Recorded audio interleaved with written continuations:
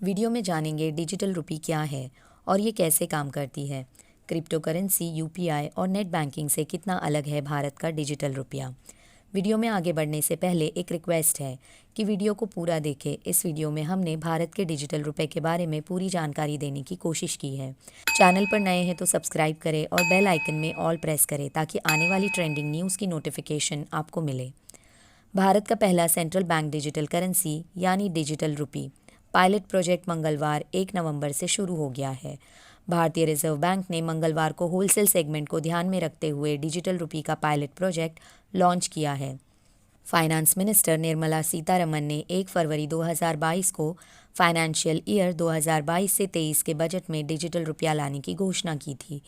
1 नवंबर 2022 को wholesale transaction के लिए डिजिटल रुपए का पायलट प्रोजेक्ट लॉन्च कर दिया गया है।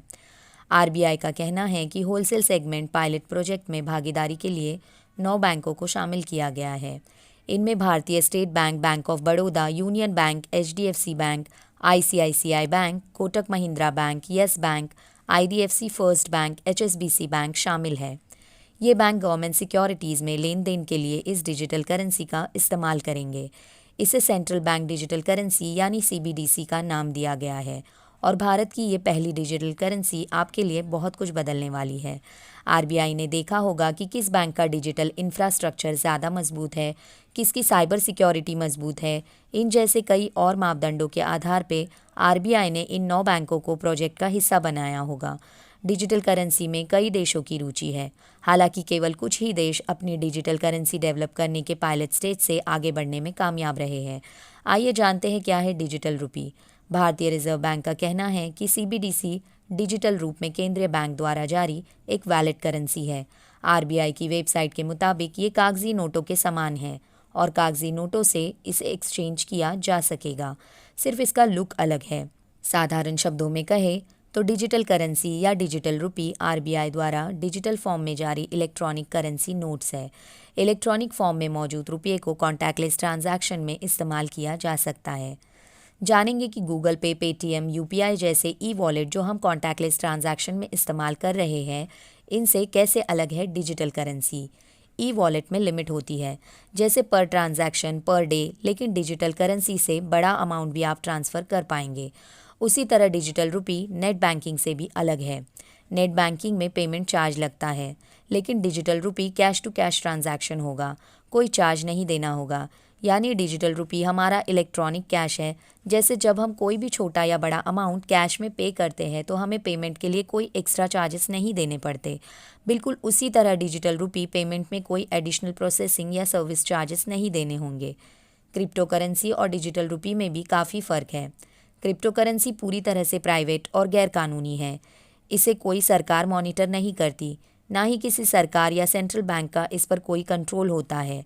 लेकिन आरबीआई की डिजिटल करेंसी पूरी तरह से रेगुलेटेड है, जिसे सरकार की मंजूरी होने के कारण ये गवर्नमेंट सपोर्टेड लीगल करेंसी है।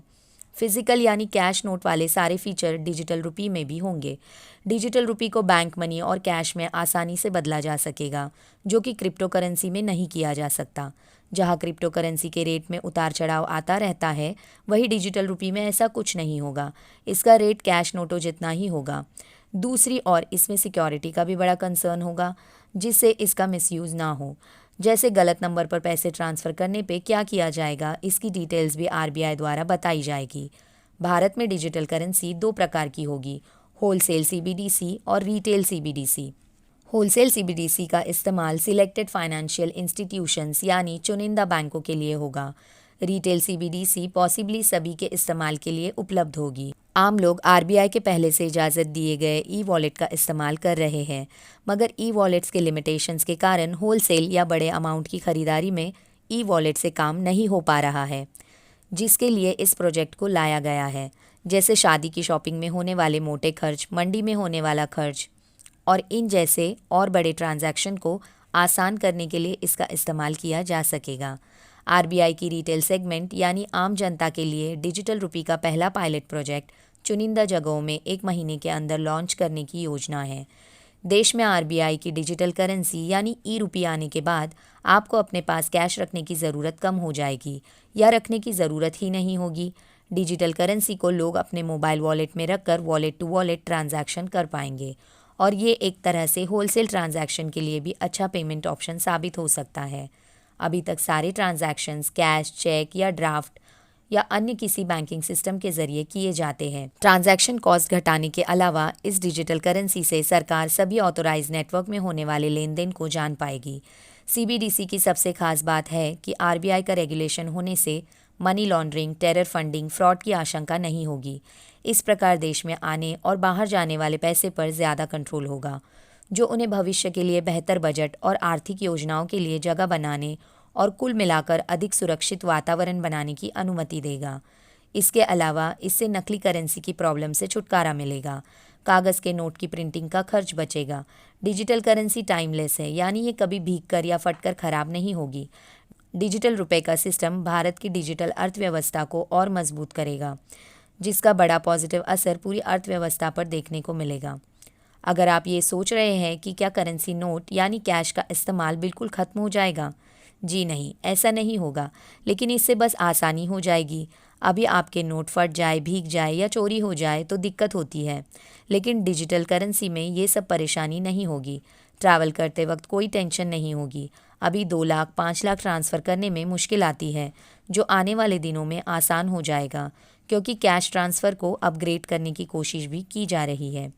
वीडियो में बस इतना ही। क्या है आपकी राय, कमेंट में हमें ज़रूर बताएं। वीडियो को लाइक और शेयर करके एक भारतीय होने के नाते भारत में हो रहे बदलावों के बारे में अपने दोस्तों को ज़रूर बताएं। Thanks for watching.